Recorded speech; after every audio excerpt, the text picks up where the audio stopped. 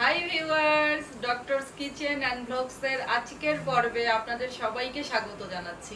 আপনাদের সাথে আছি আমি অধ্যাপক ডক্টর নাজনীন নাহার, ক্যান্সার রোগ নির্ণয় বিশেষজ্ঞ। আশা করি আপনারা সবাই খুব খুব ভালো আছেন।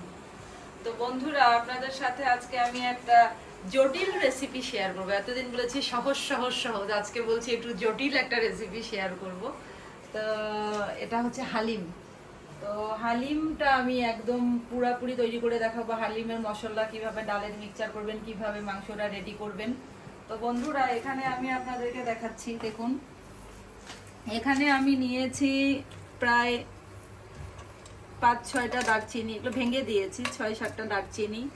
এখানে আছে হচ্ছে শুকনা মরিচ আছে 10-12টা, কালো গোলমরিচ আছে 1 চা চামচ, এখানে আছে মিষ্টি জিরা বা মৌরি বা সোপ বলে অনেকে, এটা আছে 5 চা চামচ, গোটা জিরে আছে 5 চা চামচ, লং আছে 15 থেকে 20টা, ছোট এলাচ আছে 14-15টা, জয়ত্রী আছে সামান্য একটু, আর মেথি আছে 3 চা চামচ।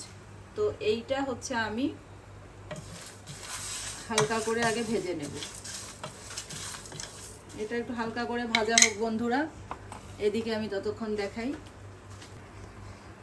এদিকে আমি মাংসটা, আমি গরুর মাংস দিয়ে আজকে করছি, খাসির মাংস দিয়েও করা যায়, তো যেটা আপনাদের পছন্দ। এখানে হচ্ছে 1 কেজির জন্য আমি করছি। খাসি দিয়ে সবচেয়ে বেশি ভালো লাগে। হ্যাঁ, এটা আজকে গরু দিয়ে করছি, যা খাসি গরু একই টেস্ট হবে। এখানে হচ্ছে রসুন বাটা দিলাম 3 টেবিল চামচ, আদা বাটা 1 টেবিল চামচ। এখানে জিরার কোনো কাজ নেই, সরি।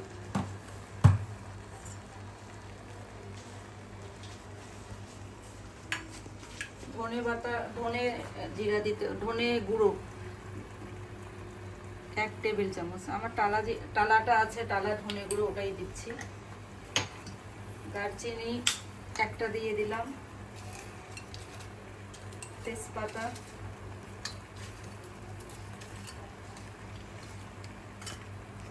এরপরে দিয়ে দেবো ছোট এলাচ 3-4টা,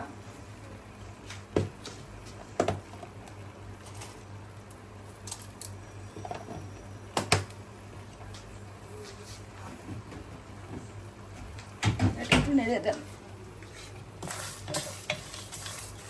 বেশি ভাজা যাবে না, জাস্ট কালানো। ভাজা নাকি তেল দিলে হয়, আমার হাজবেন্ড তো বললো। লবণ দিয়ে দিচ্ছি 2 চা চামচ পরিমাণ, পরে অ্যাডজাস্ট করে নেওয়া যাবে। মরিচের গুঁড়া দিয়ে দিচ্ছি 1 চা চামচ, 1 চা চামচ 1.5 চা চামচ। আর এটার মধ্যে কোনো হলুদ হবে না।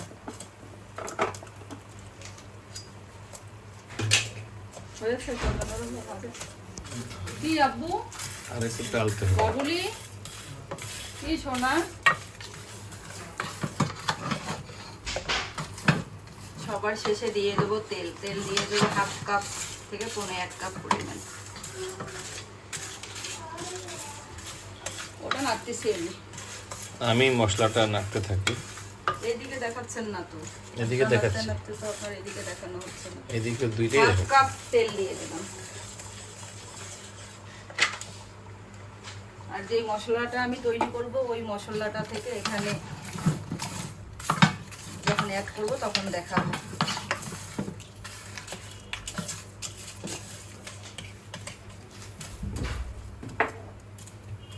হাসান তারিক চৌধুরী,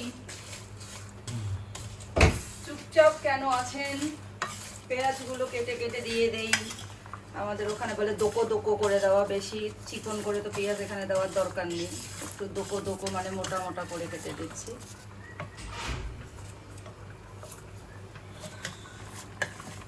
বানুগুকে বলছে কেটে রাখতে, কেটে রাখে নেই। বানু ব্যস্ত তোমার ছেলেকে। না, আমার ছেলের জন্য সে প্রচুর করে, প্রচুর করে। আমার ছেলেও এমন যে বানুগুকে খুবই মাশাআল্লাহ পছন্দও করে। জীবনে কোনোদিনও কোনো উচ্চ বাচ্চা তো পরের কথা, যদি কখনো আমি একটু রাগারাগি করে আমাকে বকা দেয় যে মা তুমি আনফেয়ার করছো, তুমি অন্যায় করছো, তুমি না বুঝে করছো। কারণ সে ন্যায়ের দণ্ড হাতে নিয়ে বসে আছে। মায়ের সব দোষ মায়ের। ওকে, লর্ড হেসেন সে কিছু তো বলার নেই।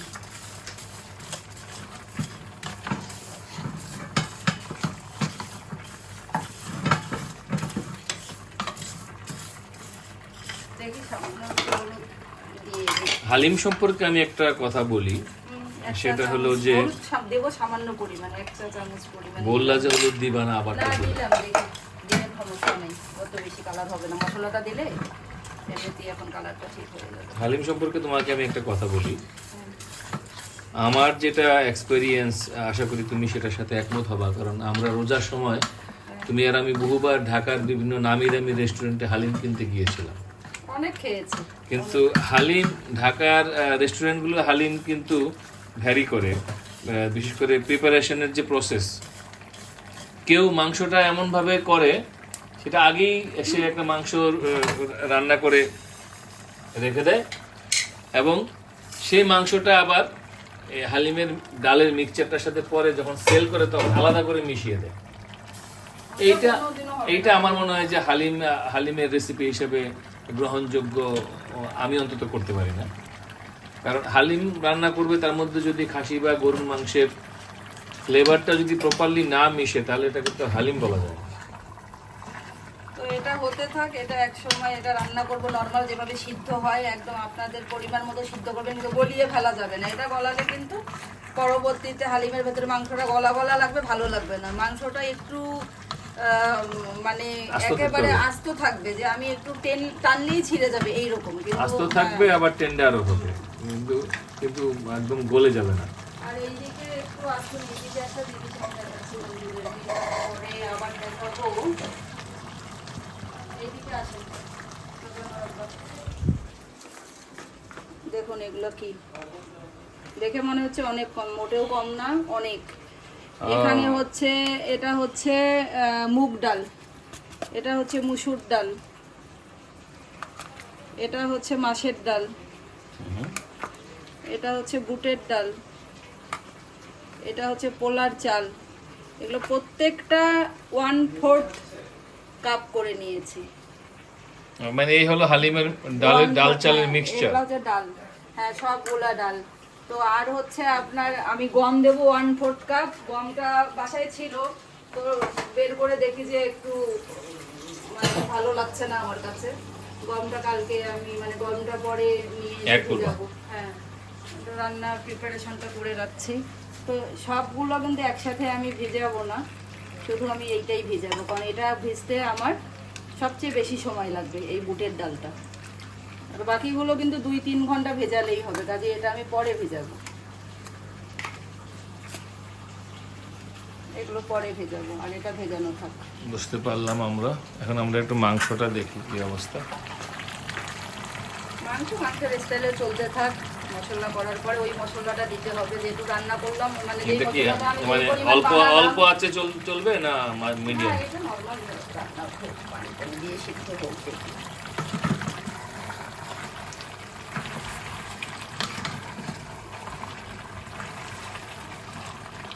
ভাই কি আর হালিম খাবো, তোমার এই মাংস রান্না দেখে তো মনে হচ্ছে মাংস দিয়ে ভাত খাই। মাংস রান্না করা আছে, যাহা বলা।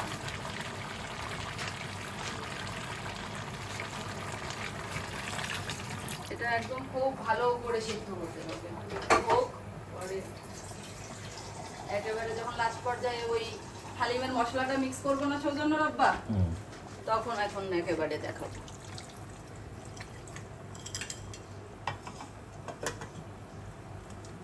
হোক সুন্দর করে করে আস্তে ধীরে হোক।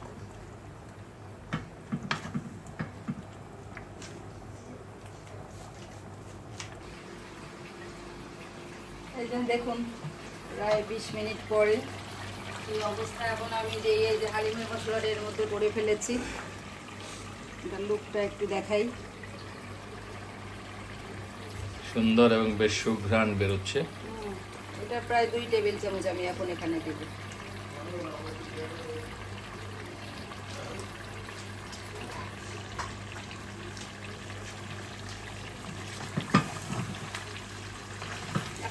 হতে যেটুকু সময় লাগে পানি দিয়ে দেবে, মশলা দিয়ে দেবে, ভেজে ভেজে হোক। পরে ডালের প্রসেসিংটা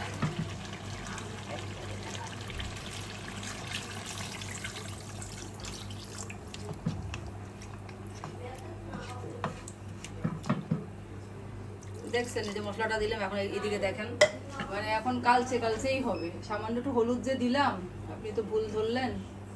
তো কথা হচ্ছে যে একটু দেখেন, এই যে দেখছেন নর্মাল কি মানে যেরকম তরকারি রান্না করি আমরা সেরকম লালচে না, কিন্তু না, একটু রান্না করার পরে একটু কালচে ভাবই হবে।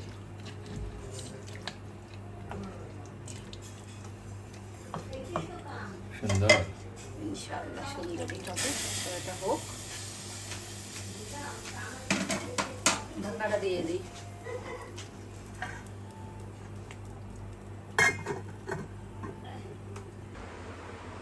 হালিমের মাংসের কি অবস্থা! বাহ, চমৎকার, খুব সুন্দর দেখা যাচ্ছে। মোটামুটি প্রস্তুত।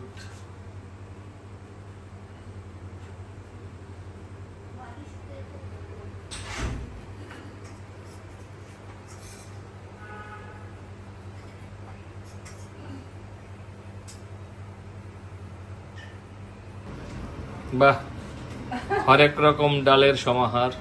কাল বললাম না যে এগুলো সব ভিজে গেলে বন্ধুদের সাথে আবার ফিরে আসবো।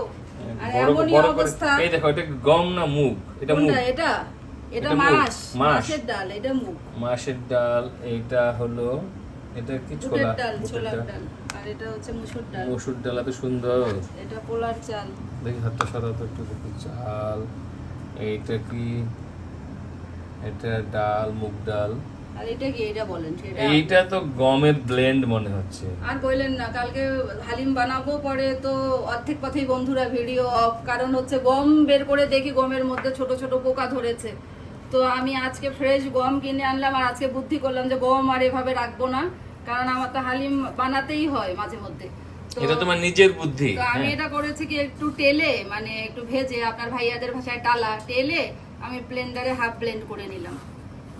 এটাই তো ভালো বুদ্ধি করছে। এটা হ্যাঁ, এখন এটার এই যে এটার 1/4 কাপ এই বুদ্ধিটা তো বেশ ভালো বুদ্ধি। এখানে আমি একটা পাত্রের মধ্যে, আপনারা দেখুন, প্রায় 8 কাপ পানি, অবশ্যই রান্না করার পানি, এবং এখানে এখন আমি সব কিছু অ্যাড করব, সব গোটাই অ্যাড করবো। এটা সিদ্ধ হতেই এগুলো মিহি হয়ে যাবে, কারণ এগুলো তো অনেক আগে ভিজিয়ে রেখেছি। একটু যদি আপনি বেটে দেন বা হালিম মিক্সের রেডি পাউডার ইউজ করেন, আমি দেখেছি যে ওই হালিমটা আমার কাছে আপ টু দ্য মার্ক মনে হয় না। আব্বু কি বলো? ঠিক আছে, আমি ফোন দিচ্ছি, ভেটকে ফোন দিচ্ছি। তোমার আব্বু এখনো ক্যামেরা ফ্রেন্ডলি হইতে পারে নাই, বুঝছো? তুমি ট্রেনিং দিচ্ছ না প্রপারলি। ট্রেনিং তো দেওয়ার কি আছে? তারপরে ওই যে নেটের সমস্যা, এগুলো তো ইয়ে করা রাখা যায়। ক্লাউড থেকে তো নিতে হবে না? ক্লাউডে যায় না, ইন্টারনেট ছাড়া ডাইরেক্ট ফোনই আসে, ক্লাউডের ব্যাপার নেই। আচ্ছা না তো আসে। দেখাই আমরা দিচ্ছি। খুঁজলাম, তোমার মাকে দেখাও তো, তুমি কোথায় তখন। পানি গরম দিয়ে তো দিচ্ছি বাবা। এখানে একটু হলুদ দিয়ে দিলাম, আর একটু লবণ, এখানকার জন্য যেই পরিমাণ লবণ লাগবে সেই লবণটুকু দিয়ে দিচ্ছি। মাংসে তো লবণ আছেই বন্ধুরা। পরবর্তীতে পানি আরো লাগতে পারে, লাগলে তখন গরম পানি দিয়ে দেব। এটা সিদ্ধ হতে থাকে।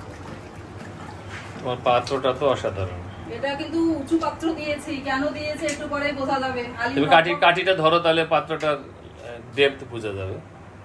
হ্যাঁ, আশা করি এখন বোঝা যাচ্ছে যে একদম টকবক করে ফুটতে থাকবে। এই যে 4 আঙ্গুল দিয়ে বাইরে থেকে দেখাই, 8, 12। আর এখানে একটু তেজপাতা, একটা দারচিনি, একটা ছোট এলাচ। আমার ছোট এলাচের পাত্রটা দেখান। এতগুলা ছোট এলাচ। আরে এগুলা কি বারবার কি হ্যাঁ, গন্ধ তো খুব ভালো। এটা পাত্রটা খুললেই গন্ধটা পাওয়া যায়। দারচিনিটা দেখাই। এটা যেন কোন দেশের দারচিনি বললো সৌজন্য রাপ্পা? ভিয়েতনাম। তোমার নাম আমার নাম ভিয়েতনাম, ভিয়েতনাম। সেই ভিয়েতনাম আসলে খুব সুন্দর জায়গা, যারা গিয়েছে তারা খুবই পছন্দ করবে। ভিয়েতনামের কুজিন, ভিয়েতনামের ফুড খুবই হেলদি। এটা সিদ্ধ হতে থাকে এভাবে, একদম উথাল পাথাল করে এটা সিদ্ধ হয়ে নরম হোক।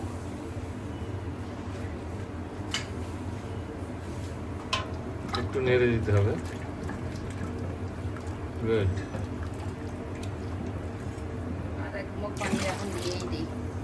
পানিটা আপনাদের আন্দাজ মতো না, অতএব আমরা বলতে পারি যে আসিতেছে মজাদার হালিম। আমরা এখন অপেক্ষা করব মজাদার হালিমের জন্য। তো বন্ধুরা দেখুন, আমার হালিমের ডালটা মোটামুটি রেডি। আমি একটু দানা দানা রেখেছি, আপনারা এটা আধা ভাঙ্গা করে নিতে পারেন শিলপাটায়। আমি কিন্তু বুটের ডালটা অনেক আগে ভিজিয়ে রেখেছিলাম, ওটা একটু আধা ভাঙ্গা করে নিয়েছে, বাকি সব গোটা দিয়েছি। আপনারা চাইলে সবগুলাই আপনারা শিলপাটার মধ্যে হালকা বেটে দিতে পারেন, কিন্তু ব্লেন্ডারে দেওয়া যাবে না। ব্লেন্ডারে দিলে কিন্তু এটা বেশি ম্যাশড হয়ে যাবে। এখন দেখুন, এই যে মাংসটা আমি যে রান্না করে রেখেছিলাম, মাংসটা এখন আমি ঝোল সহ দিয়ে দিচ্ছি। এইটাই ডালের মধ্যে বয়েল হবে, বয়েল তো হয়েই গেছে, আরো বয়েল হবে। মানে আমি যেটা বলতে চাচ্ছিলাম এখন যে বয়েল হবে, এখানেই রান্না হবে এটা। তাহলে এই মাংসের ফ্লেভারটা পুরোটা ডালের মধ্যে চলে যাবে অনেকক্ষণ ধরে। কিন্তু আলাদা করে ডাল পরিবেশন, আলাদা করে মাংস পরিবেশন, তাহলে আর হালিম হয় না। না, এটা তো এখানেই মিশে যাবে একদম। আপনাদের ভাইয়া আবার এই মাংসটার ফ্লেভারটা তার খুবই পছন্দ, বলে যে এইভাবে মাংস রান্না করো। তো রান্না করলে আমি একটু আবার তার জন্য রেখে দিই, একটু রেখে দেবো তার জন্য এইটুকু। গুড।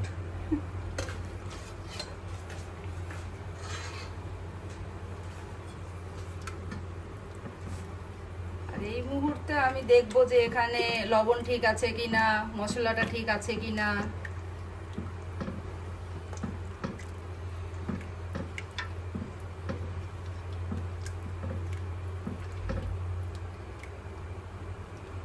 মশলাটা যেটা হালিমের মশলাটা, যদি হালিমের মশলাটা ঠিক না থাকে তাহলে মনে হয় যে আরো একটু ফ্লেভার লাগবে, তাহলে আর একটু এখানে এখন অ্যাড করব।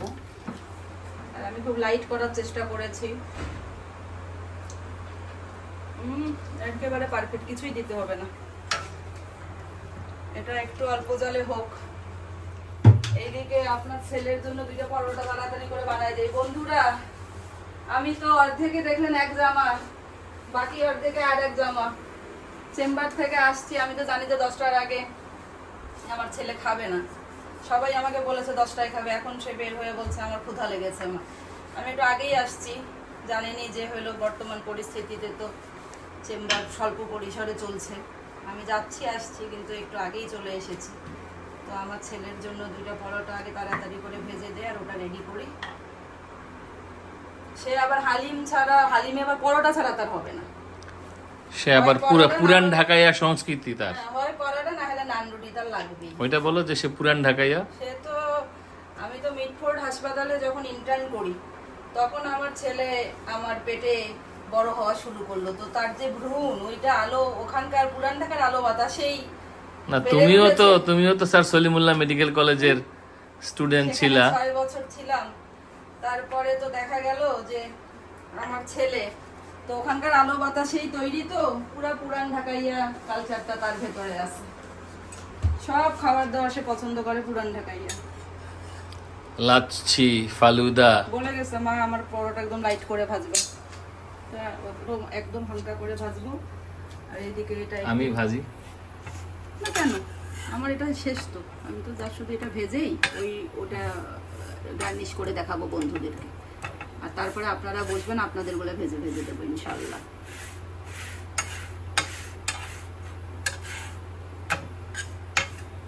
ঠিকটা আসতে দিছি তো। এই চুলাটা মনে হয় একটু সার্ভিসিং লাগবে গো, মানে মনে হচ্ছে। হিটটা খুব মানে ইকুয়ালি সব জায়গায় ইয়ে হয় না, আরেকটু বুঝতে পারি। একদম লাইট খাবে বলে দিছে মা, মশমশা যেন না হয় আমার পরোটা। হালকা তেলে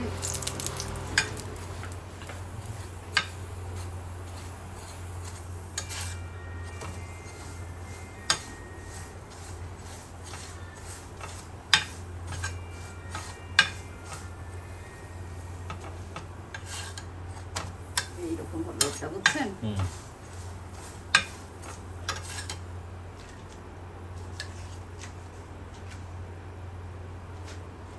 এটা ভাজা হলে আমি এটা নামায়া, এটা একদম টকবক উঠে গেছে, হালকা জালে হোক এটা, আমি সব জাস্ট পরিবেশনটা করে, আমি কিন্তু একদম দেখেন সোজানো রব্বা লাইট, মানে খেয়ে অস্থির লাগতেছে, হালিম মানে খেয়ে তো অনেক acidity মানুষের হচ্ছে, অ্যাসিডিটি হয়, এই সব যাতে না হয়। লাইট হালিম। হ্যাঁ, মানে এটা খেলেই বন্ধুরা বুঝতে পারবেন যে এটা কি হয়েছে। আমি পরে দেখাচ্ছি আপনাদেরকে একটু পরেই।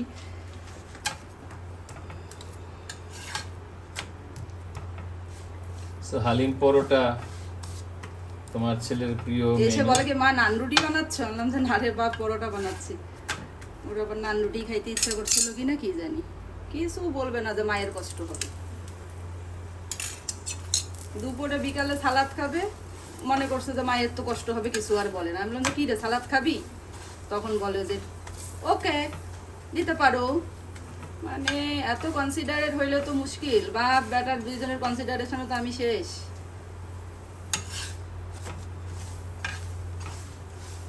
আমার ছেলেটা একদম লাইট করে দিলাম। আর একটু হবে, না না না, ও হলো ওই যে ক্রিস্পি হইলে খাইতে পারে না। ক্রিসপি আমি বল একদম- করতে বসি না, এই ওই সাইডটা হয়ে গেছে পুরা, এই সাইডটা এই যেটা, সাইডটা হ্যাঁ এটা হয়ে গেছে, এই সাইড হয়ে গেছে। এখন যে সাইডটা করতেছে এটা আরেকটু খাওয়া যাবে। আচ্ছা হোক না, তো আমি টেবিলে আসি। ওকে, এখন বন্ধ করেন, টেবিলে নিয়ে আসি। তো বন্ধুরা এখন এখান থেকে হালিম তুলবো কিভাবে? আমার এই, আমি সবসময় চেষ্টা করি এই মগটা দিয়ে একবারেই তুলে ফেলতে। মগটা তো গরম হয়ে যাবে নিশ্চয়ই। না,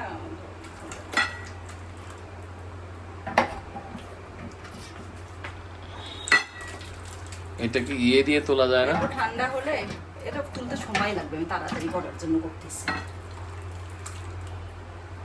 থিকনেসটা আপনাদের একটু ঠান্ডা হলেই কিন্তু এটা আবার একটু ঠিক হয়ে যাবে। আমি এখন একটু পাতলা অবস্থায় আছি, জান আমি তো বন্ধুরা আমি ঢেলে নিয়ে আসলাম। এখন আমি এটা আপনাদেরকে একটু গার্নিশ করে দেখাচ্ছি। কিছু কিছু উপাদান আছে যে এখানে দিতেই হবে, সব বাধ্যতামূলক, না হলে কিন্তু হালিমের টেস্ট জমে না। এবং কালারটা দেখুন, কালারটা দেখেছেন? মানে একদম হলুদ তরকারির কালার কিন্তু না, আবার কালচেও না, মানে একটা একদম সুন্দর কালার। আদা কুচি দিতেই হবে। মরিচটা আমি কম দেবো এখন, মরিচটা নিয়ে খাবে যার যার মতন। আমার ছেলে ঝালটা কম খায়। তারপরে দিতে হবে বন্ধুরা পেঁয়াজের বেরেস্তা, পেঁয়াজের বেরেস্তা তো লাগবেই। দিতে হবে একটু তেঁতুলের টক সামান্য, আমি যে তেঁতুলের সসটা বানিয়েছি, পরে আবার সবাই সবার মতন দিয়ে খাবে। আর অত্যাবশ্যকীয় উপাদান হচ্ছে এটা লেবু, লেবু 2 টুকরা সাথে দিতেই হবে। সাথে লেবুটাও কাটা দেখিয়ে দিলাম। লেবুটা আবার আপার গাছের, এটা হচ্ছে আমার বড় বোনের গাছের। লেবুটা এমনভাবে কাটতে হবে যে এইভাবে, তাই না? একদম সুন্দর রস বের হবে। তোমার বড় আপার গাছের স্পেশাল লেবু। আমার ছেলের এত ক্ষুধা লাগছে, আমি আর জামা গন্ধটা চেঞ্জ খুব করার ভালো। মতো টাইম পাই নাই বন্ধুরা। লেবু দিয়ে দিয়ে খাবে যে যার মতন। তো বন্ধুরা তৈরি হয়ে গেল আমার সেই অতি জটিল প্রক্রিয়ার হালিম। এবং আমি একদম শিওর আপনাদেরকে, মানে আমি বলছি চ্যালেঞ্জ দিয়ে, আপনারা আস্থা রেখে এই রেসিপিটা ট্রাই করবেন, তারপরে খেয়ে বলবেন আসলেও নাজনীন যা দেখিয়েছেন আপনি। নিজের প্রশংসা নিজেই করে নিলাম। তো বন্ধুরা খুব খুব ভালো থাকবেন, আমার রেসিপিটি ট্রাই করবেন, লাইক দিবেন, আমার চ্যানেলটিকে সাবস্ক্রাইব করে আমার পাশেই থাকবেন। সবাই খুব খুব ভালো থাকবেন। আল্লাহ হাফেজ।